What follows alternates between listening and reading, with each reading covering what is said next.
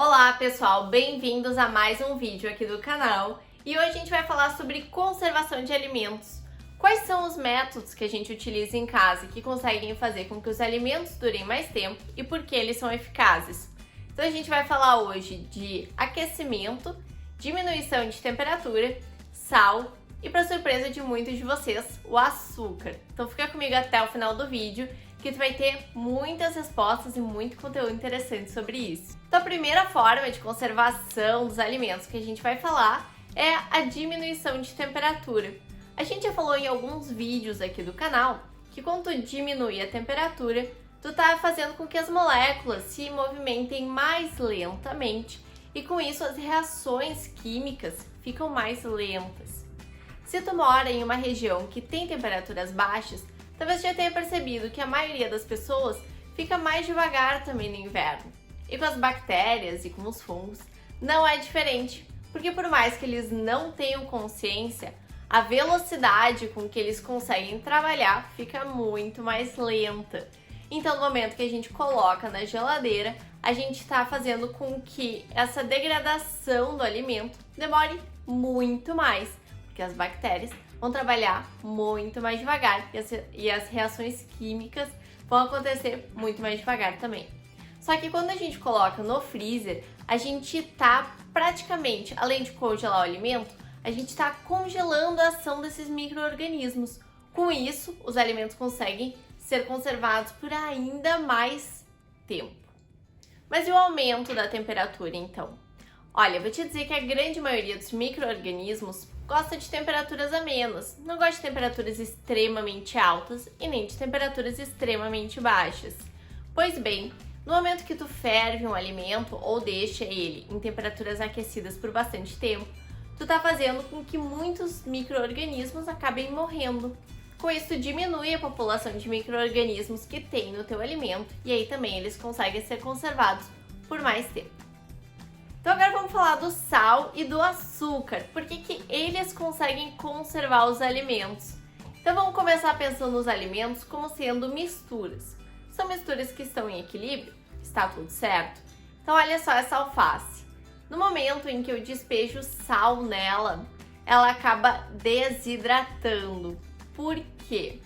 Imagina que essa folha de alface está numa situação totalmente equilibrada, tá tudo certo. No momento em que eu coloco uma concentração grande de sal na superfície, a natureza entende que tem que reestabelecer um equilíbrio, porque tu tem uma concentração muito grande de sal do lado de fora e uma concentração menor de coisas dentro da alface. Com isso, naturalmente, o alface acaba perdendo água para que a concentração que está na superfície seja a mesma concentração do que está dentro da folha. Se ela está perdendo água, ela acaba se desidratando. Isso se chama osmose e é mais ou menos o que acontece com as bactérias quando elas entram em ambientes extremamente concentrados de açúcar ou de sal. Então olha só, vamos pensar num exemplo de um ambiente com muito açúcar. Se tu tem uma fruta em casa e tu faz uma geleia caseira com essa fruta, a tendência é que a geleia dure muito mais tempo do que a fruta in natura, certo? Isso por causa dessa grande concentração de açúcar que tem ali dentro. É como se quando as bactérias entrassem ali, elas instantaneamente perdessem água, se desidratassem e morressem.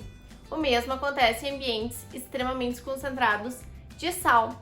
E aí a gente tem um exemplo que antigamente se utilizavam os charques ou a carne de sol, dependendo do estado do Brasil, para a conservação dos alimentos, antes da gente ter essa facilidade da geladeira. Olha só, vamos voltar para a geleia para ver uma coisa interessante. No momento em que tu enche um pote de geleia, tu não tem espaço para as bactérias ficarem ali sem que elas estejam nesse ambiente extremamente concentrado de açúcar, certo? Mas aí tu vai consumindo a geleia e tu vai abrindo espaços dentro do pote. Se tu não colocar na geladeira e deixar a temperatura ambiente, principalmente em dias quentes, a água que está dentro ali da geleia vai começar a evaporar lentamente.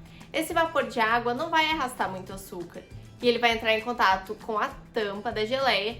Isso vai fazer com que ela condense e a gente vai ter películas de água com uma quantidade bem mais baixa de açúcar. E aí, no momento que tu abre o pote, tu vai consumindo, tu vai formando ali ambientes bem propícios para a proliferação de bactérias.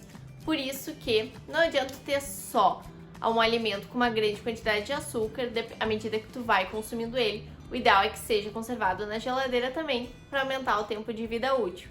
As informações do vídeo de hoje foram tiradas de um trabalho de conclusão da Universidade Federal do Rio de Janeiro. Eu vou deixar o trabalho aqui na descrição do vídeo, caso tu queira complementar a leitura. Espero que vocês tenham gostado e até segunda que vem, aqui no Descomplica Química. Oi, pessoal!